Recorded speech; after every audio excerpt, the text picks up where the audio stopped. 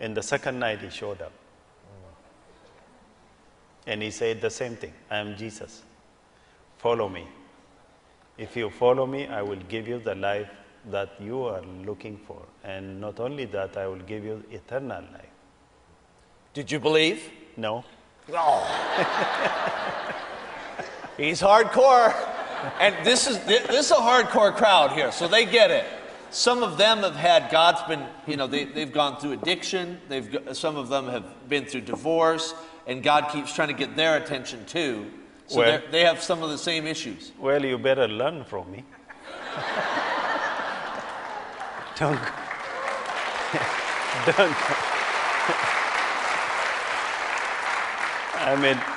Don't go through the painful way I went. There is a better way of saying, okay, Jesus, if that is good. What happens after the second visitation? The same thing I did the whole day. I did the same thing as I did previous day. For a third time? For the third time, and he showed up for the third time. And that time he told me some other things too, like he said, I will get you out of this place. And I will send you to the world, to the church, and to the leaders. To the world, to the church, and to the leaders. And for those of you who don't know Tamrat's story, that's exactly what he does. Yesterday he met with our governor, and Friday rather, and legislative leaders. And yesterday he was here with us, and then we had a meeting last night at my home with the mayor and city council members from cities around the community. This is what you do. That's right. And last Thursday we were at Washington prayer breakfast with the governor of Washington and representatives and senators of them. And we had a very good time talking about Jesus.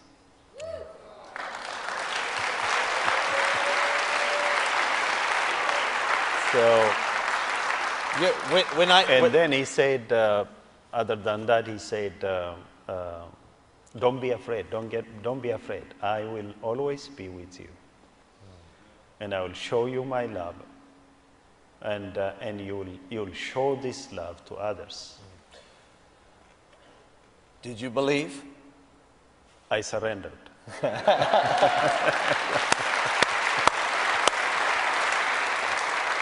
I want you to talk about surrender, because there are a lot of prideful people here, myself included, that the surrender is a hard thing for us. But as I heard you the first time 2 or 3 years ago, and have heard you since, surrender was, you would rather die than surrender. That was your whole life as a rebel. So that when you say, I surrender, you literally threw your arms up. Yes, I said I surrender.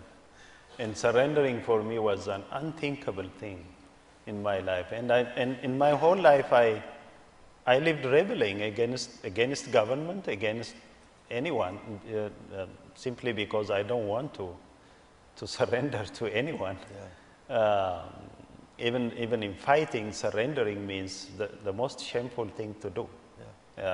You better, anyone who's, who has experienced it in the army here knows that instead of surrendering, you better die. That's the thing. But I surrendered. What happened when you surrendered? Did anything change?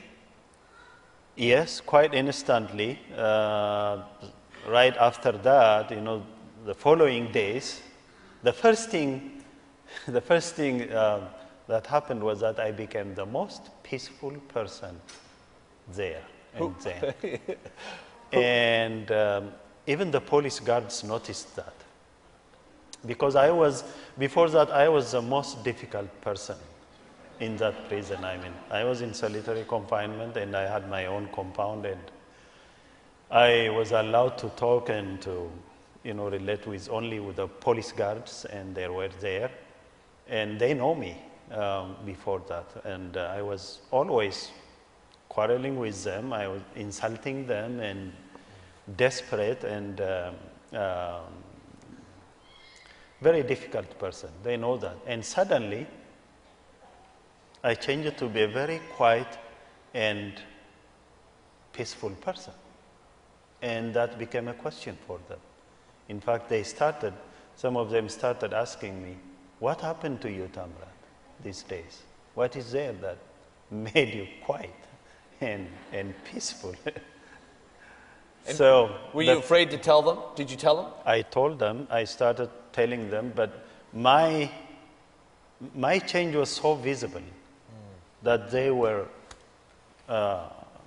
asking, and I also told them. In fact, about 3 of the police guards, only because of my transformation, they started believing Jesus. Wow. Wow. And they became Wow. followers Wow. of Jesus.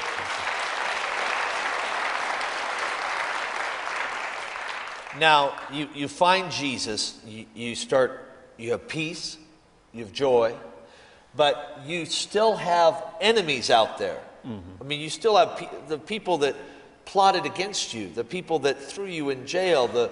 You had this. How did you reconcile all this betrayal that had been directed toward you and this new peace and joy? Well, I then continued peace, joy, and then hope, because he told me that I will get out of that place one day. I took it. Of course, I stayed for another 7 years there. Right. And I was counting the days every time, every day. When is that, Jesus? You told me this, and when is that happen? But even after about a year, after he found me, I was with my grudge and the sense of taking revenge. That was it. It was still there. In my heart, it was there. And he had to confront me, Jesus. And he confronted me one night. While I was praying, suddenly he started, it was like telling me in my heart, in this small, still voice, saying, forgive your friends. And I wrestled with him the whole night. And it was so painful. But of course, Jesus defeated that night, at last. Not me. I lost. And in your losing, you won. Because when you went, you literally went back to the Prime Minister and forgave him. And I repented. I said, Jesus, forgive me. And then I forgave all of them, and also prayed the whole day. And I promised in his name that night that when I get out of prison, I will go to my friends. And I did that. The first thing I did was I called them to their offices and so on, and I started going to them, and I found them, and I hugged them, and I said, I love you. Wow. And we became friends again. And I myself didn't believe I did that. But I know that it's not me. The power is not me. It's another power who was working in me. Yeah. And that was the Spirit of Jesus. Yeah. Isn't that great?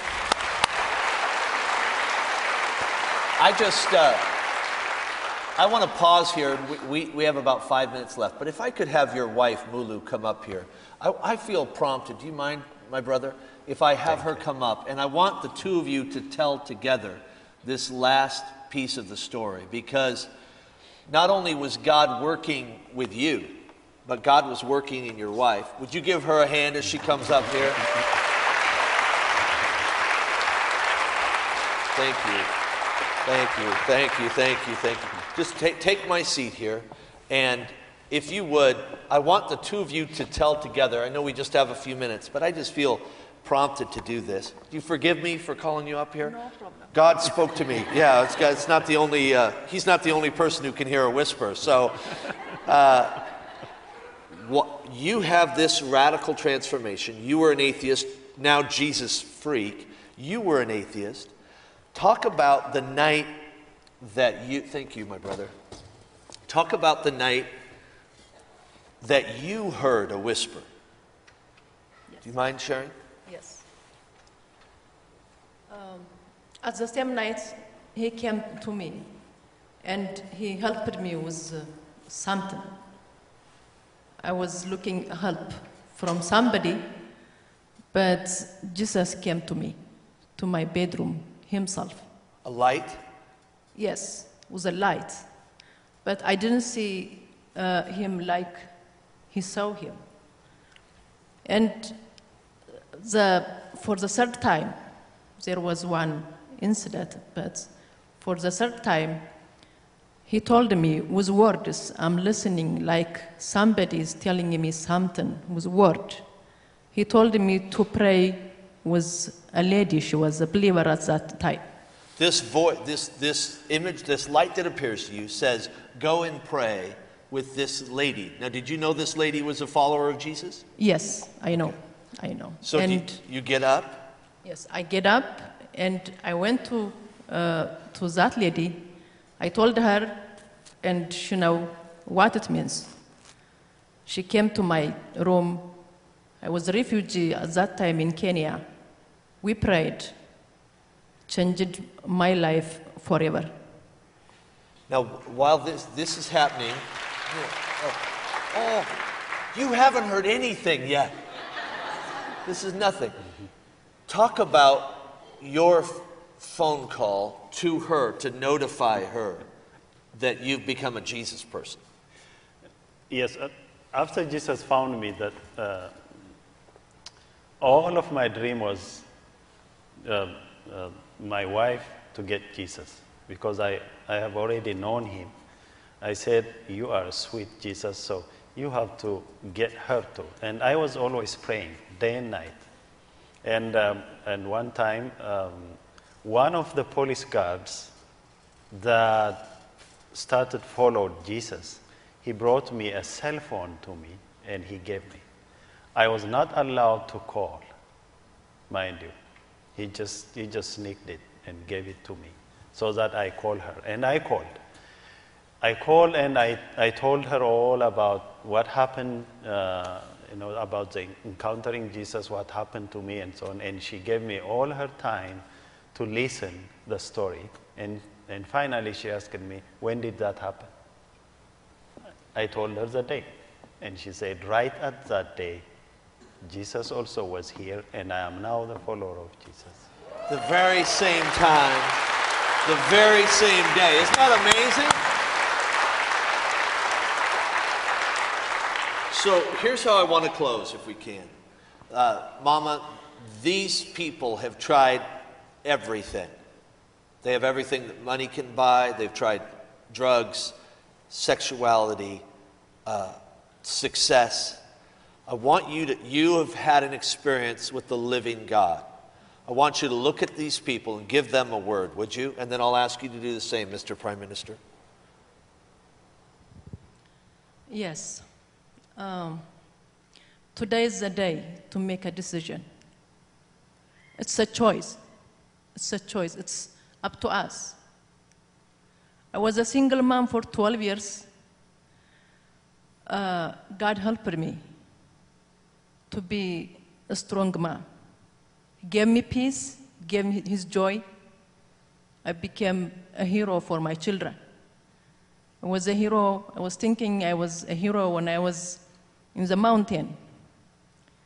But I became a better hero because of Jesus. Just, you have to choose and get peace, his love, his forgiveness with his love. With his love. Only Jesus can give the special love, the peace, the joy, every day, every time, anywhere, any place. Thank you. Thank you. I want you to hear these things. Simple, 2, 3 things. 1, please forgive. Live the life of forgiveness. To forgive, to be forgiven. Forgive, forgiven. Forgive others and ask forgiveness from others. I'm telling you, forgiveness gives you freedom for yourself. It gives you freedom. It gave me freedom. When I forgave, I felt the most beautiful and sweetest freedom I ever experienced. I became victorious. You can't live with your grudges, you can't live with your revenge, you can't live with our hatred, because that is a poison in your heart. It was a poison for me in my heart. The moment I say, I will kill these people, I will kill him and so on, that was itching my heart, and it was killing me every day. But after I forgave, I became really free in my mind, in my heart, and all that. So live the life of forgiveness. Another thing I experienced from Jesus is that when Jesus came to me, he didn't tell me about religion. He didn't tell me about any denomination. He didn't tell me any kind of philosophy and so on. He just told me, follow me. Simple, follow me. Believe in me and follow me. And if you follow me, I will give you the life that you are looking for. Is there anyone here with any kind of affliction, problems, and so on? Let me tell you, I am the chief of the sinners. When I read Paul saying, I am the chief of the sinners, I said, Paul, are you kidding? I am the one. There is no one here in this house, I am telling you, there is no one here in this house, a sinner more than me. But he forgave me.